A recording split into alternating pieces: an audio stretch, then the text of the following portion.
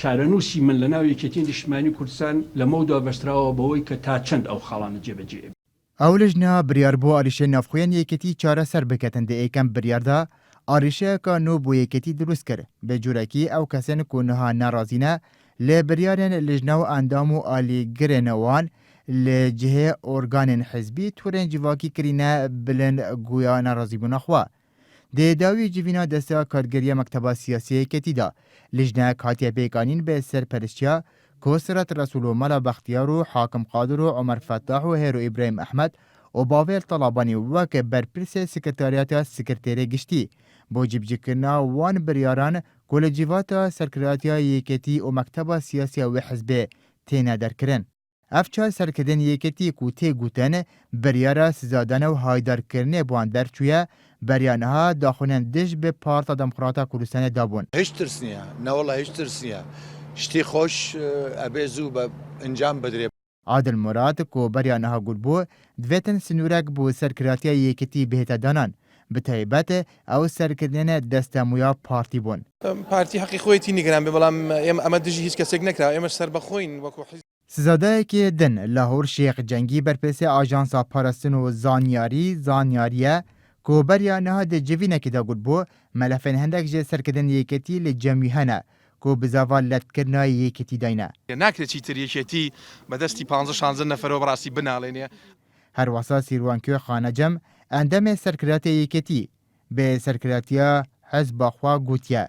Her kesek di nava yeketî de bê karakirina parlemanê biçîte jêr barê partî bi encamdana referandûmê ev di nava yeketî de cihê wî nabîtin û divêtin biçîte hewlêrê. Her wasa Şanas İbrahim Ehmed ku dê rêzên wan kesên ku hatine sedan yên wê lijneyê gotiye hezba min sê mehenê mijîlî arîşe nexşa rêkekê ne.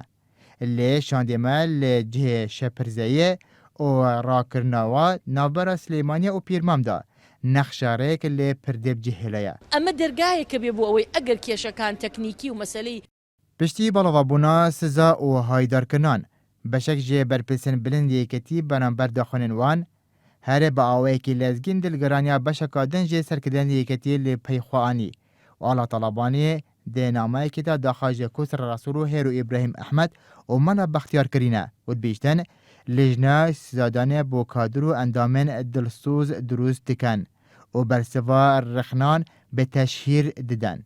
Wekû amajeyek bû Bavêl Talabanî wekû berpirsê Sekreteriyata Sekretêrê giştî û endamê lijna yeketî Ala Talabanî dibêjtin.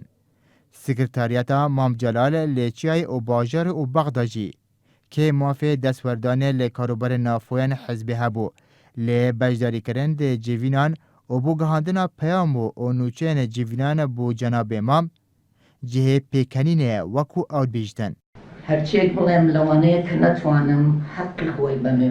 هەروەسا شاناس ئیبراهیم ئەحمەد دێنێویسینێکی دەربێژتن پابەندی بریارە لیژنێ نابیتن û dibêjtin eger sizê bikaranîna destewajeya partiyên nava yeketî da sizkirin û derkirin bîtin kewate sizê partîbûn di nava yeketî da dêbîte bidarvekirin. Lê dirêjeya nerazîbûnan da Helo İbrahim Ehmed dênêvîsînekê de bi navê Rojaka Reş bû yeketî dibêjtin ji niha pêda dijatiya leqên partî nava mekteba siyasî yeketî da bê çi awayekî rêk bû nahête dan.